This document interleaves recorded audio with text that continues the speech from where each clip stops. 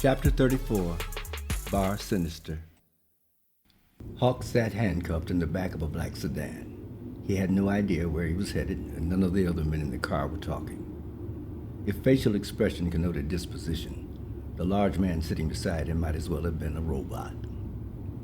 Hawk was unfamiliar with London, but he knew he wasn't in the city anymore. Before long, the car veered off the pavement and onto a gravel road. After a few bumpy minutes, they arrived at the rear entrance of an abandoned industrial complex. In the dark, Hawk couldn't make out what it had been used for. But whatever its purpose, as soon as the sedan descended the underground driveway, a shroud of dread draped over him. Once inside, he was led into an elevator that went down several more levels. They had to be at least 6 floors below ground when the elevator doors opened. He was led down a narrow hallway to a door that opened to a small windowless room that was basically a dungeon. Once there, he was chained to an iron ring embedded in the concrete floor where he was made to sit. Other than a desk, 2 chairs, and a toilet, the room was empty. For whatever reason, his captors had elected to interrogate him in the most inconvenient of settings. Do yourself a favor and just cooperate. The chubby, aged, stubby fingers hovered over the computer keyboard as he awaited Hawk's reply. Hawk remained decidedly closed-mouthed. The agent rattled off a list of names. All of them were black or Hispanic military officers. He said that some of the names were already cooperating with the government. Was it a bluff? Did it matter? They couldn't kill or arrest every person of color in the armed forces. Some of the sympathizers were actually white. How could they know? They had to be frantic. Through hours of questioning, the interrogator, despite not advancing his agenda, somehow managed to continuously wear a quirky smile. But there was nothing smiley about the man who sat in the corner. It was the same man who'd sat beside Hawk in the car. He hadn't spoken a word then, and nothing had changed since. He sat for hours, silent as a holy night.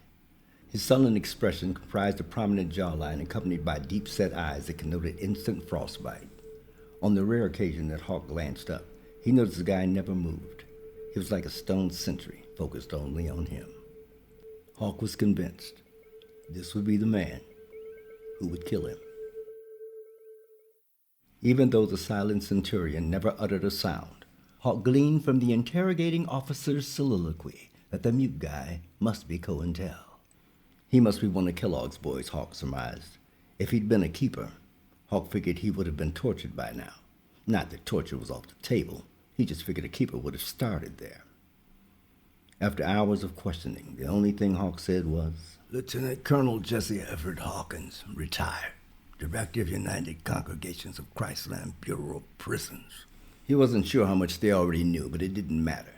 Nothing he would say could save him. He wondered why they hadn't physically harmed him. Did they need him to look healthy for proof of life? He wasn't sure, but he knew they had no reason to let him live and every reason to kill him. He also believed that if they didn't want to make him a martyr, they'd have to make him disappear. While his captors were deciding his fate, Hawk's self-talk became so loud it drowned out everything else. His thoughts looped over and over, reliving every detail that had led to the present moment. He'd been asleep when the phone rang. Everhard himself had been on the line. He'd instructed Hawk to meet with the head of MTC's British counterpart, MTC Novo. The United Kingdom was expanding their operation, and he'd been tapped to oversee UCC interests in the new enterprise. A car arrived almost immediately. In retrospect, he should have known better. The director of operations for MTC Novo was a man named Alzo Chromos. Hawk was to assist him in building a compound capable of housing 15,000 men, complete with all the labor-related ancillaries. From the moment Hawk arrived at Heathrow International, Alzo saw to it that his every accommodation was first class. A driver had taken him straight away to Hotel 41, an establishment named for its address at 41 Buckingham Palace Road, said to be among the finest hotels in London. This was tall cotton for a guy who lived in a trailer and worked out of a bungalow. Things went downhill from there. The MTC Novo Executive Committee was conveniently headquartered in London Northwest, just opposite the Waterloo train station. Hawk's train was just arriving when Alzo rang in on the cell. The 5th floor office suites where they were to meet were booked online utilizing hot desking schedules. Alzo explained that due to a scheduling error, the space where they were to meet had been double booked and was already occupied. He was moving the meeting to a nearby pub. Sounding haltingly embarrassed by the rookie snafu, he apologized, saying, "It's but a hair's breadth away." The pub appeared much as Hawk had imagined, rich, dark, and leathery, with reams of what he supposed was mahogany. Beveled mirrors lined the walls behind extensive bars where Art Deco sconces diffused a muted ambience for an equally muted clientele. Upon seeing Alzo, the maitre d' smiled broadly, greeting him with what appeared to be genuine warmth. It seemed to Hawk that the prisoner privateer was a regular here. He followed behind Alzo as they were ushered into a sedate private room at the rear of the establishment. As they sat down and the maitre d' turned to leave, Alzo told him that his assistant was on her way and to please show her back when she arrived. A grin of surety accompanied Alzo's next suggestion to Hawk. "You surely must try the roast beef and Yorkshire pudding." He'd praised the latter as being literally fit for a king, as it was rumored that His Majesty routinely dispatched couriers to the establishment to retrieve it. The niceties having been dispensed with, Alzo proceeded to get down to business. He was in the midst of explaining MTV Noble's London community operations when the waiter arrived. Alzo interrupted him before he could recite the specials and ordered steak and kidney pie. Hawk adhered to the recommended roast beef and Yorkshire pudding. After ordering, Hawk had briefly excused himself and had just returned from the water closet when the private room door opened. At first, Hawk thought he was seeing things, but then Alzo said the most impossible thing. "Ah, there you are, Miss Dela Cruz. Thank you for being so prompt." Hawk felt like he'd stepped into an astral portal. Also accepted the small medicine vial Adelina handed him and smiled to Hawk. "I'm supposed to take these with meals," he said of the pills he sprinkled in his hand. Hawk was stunned to silence while Adelina was no better able to collect herself. Mistaking their reaction for instant thunder, Alzo was about to introduce them when Hawk cut him off. "Miss Dela Cruz used to work for me." Adelina offered only an uncomfortable smile in response. "Well, small world. Won't you join us?" She hurriedly declined, explaining that she had a doctor's appointment. "Perhaps some other time, then." She didn't wait for Hawk to say anything. Telling him it was nice to see him, she lowered her gaze and turned and hurried out the door. At the time, he'd wanted to go after her. Now he knew it wouldn't have mattered. It was shortly after she'd left that the team of arresting agents showed up. "Why here? Why now?" Sir, drop your weapon, put your hands on your head, and get down He on the figured ground. Everhart had wanted to lure him as far from California as possible before springing the trap, but what about Adelina?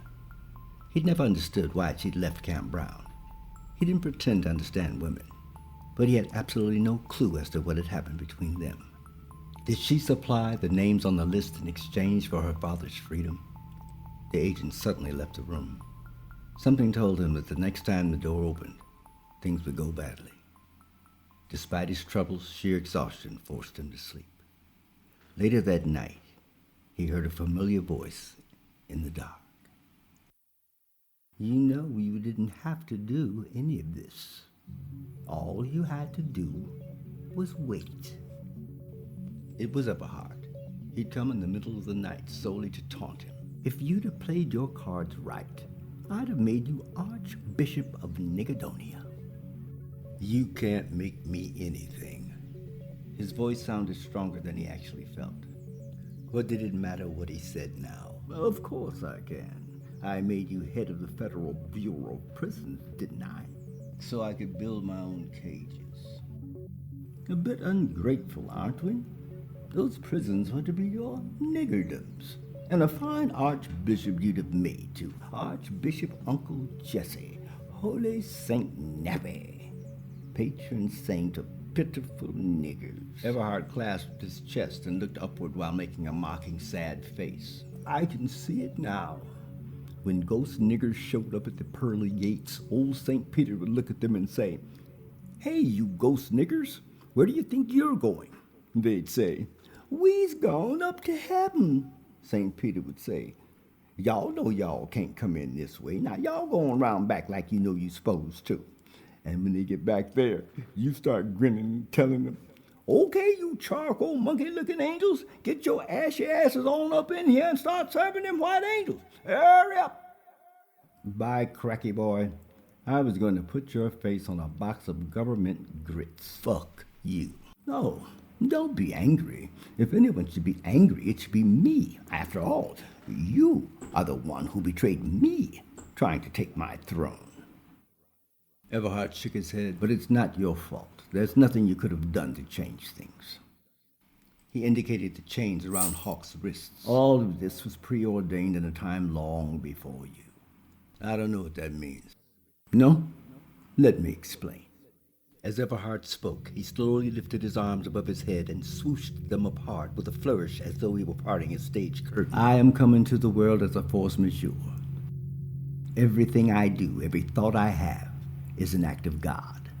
I am the Alpha and the Omega, the Jasper and the Sardis Stone, the first and the last. I cause the moon to phase and the sun to rise. I am, have been, and will always be the beginning and the end of this and all other worlds to come. And by me, know you this. Before I made you director of federal prisons, I made you a nigger.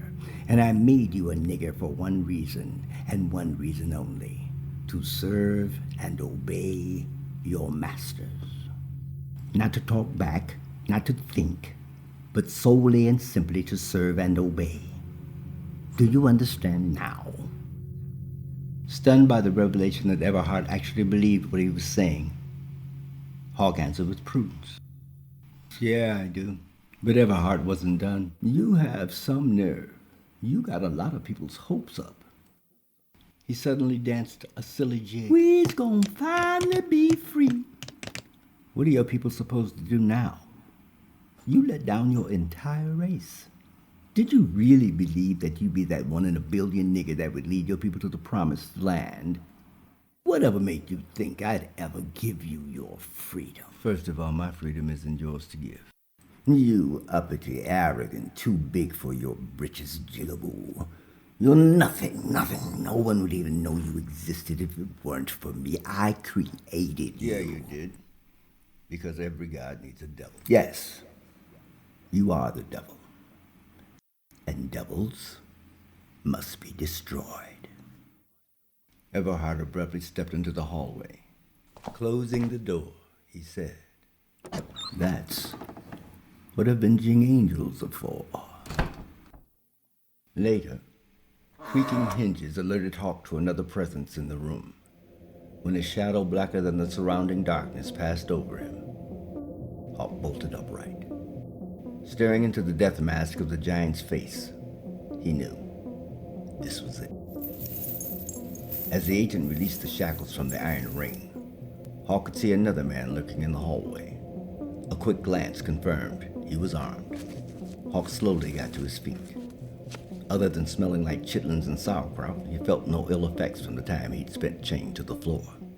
Physically, he was numb. Emotionally, he was disconnected. As he was led into the deafening silence of the hallway, Hawk found himself accepting his fate. He likened his plight to one Sergeant William Nesbitt, a black soldier who, along with 12 of his men, had been hanged by the U.S. Army in 1917 for their part in the race riot. To a man, they carried out Nesbitt's final command, as they were being led to the gallows. Not a word out of any of you men now. That's how he'd play it too. Hawk and the giant followed closely behind the henchmen, as they could barely see in the dark. They entered a door that opened on a narrow, musty tunnel lined with plumbing and electrical conduits, and made their way by flashlight toward what seemed like a dead end. That's when the henchman reached inside his jacket, and Hawk prepared to die. To his relief, the henchman pulled out a cell phone and punched in some numbers. After a moment, a shaft of light beamed down from a manhole cover that was removed from above. Utilizing the rebar steel rungs embedded in the passage walls, the henchman led the way up. When Hawk reached the top, he was hoisted out by ready hands. He found himself in an alley where he and the Colossus were hustled into the back of a waiting car. The henchman slid in the front, and no sooner had the car launched forward than the giant leaned over and grabbed Hawk by the wrists. With a twist of his hand, he unlocked Hawk's cuffs and leaned back, staring straight ahead.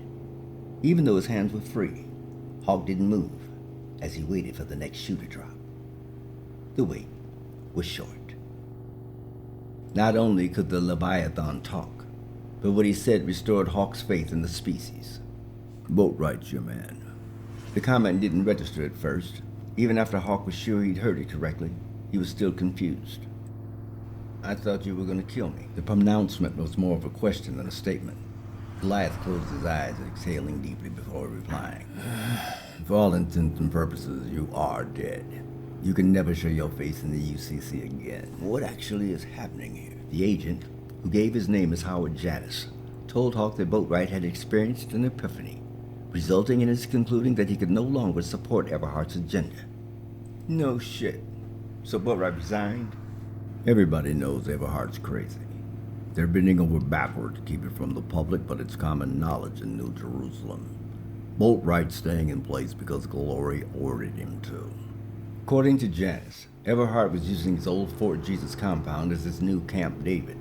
He'd been hosting a cabinet working retreat when things took a bit of a turn. The trouble began when Everhart kept disappearing prior to scheduled meetings. Nobody knew where he went. Then, one afternoon, Glory was giving Boatwright a tour of the grounds when they came upon a clearing. In the clearing was a stately, but as yet unfinished, stone building. There's something here you need to see, Glory said, and they'd gone inside. The building was 60,000 square feet of finely detailed workmanship, but construction on the entire second level still remained in the framing stage. The building was intended for church leadership functions, and the dimensions of the structure bore witness to the elders' regard for themselves. After touring the ground-level grand gathering rooms with their crystal chandeliers, granite fireplaces, and hand-woven tapestries, Glory showed him something else. In one of the hallways, he located a particular newel post. When rotated, the post opened a secret panel in the wall.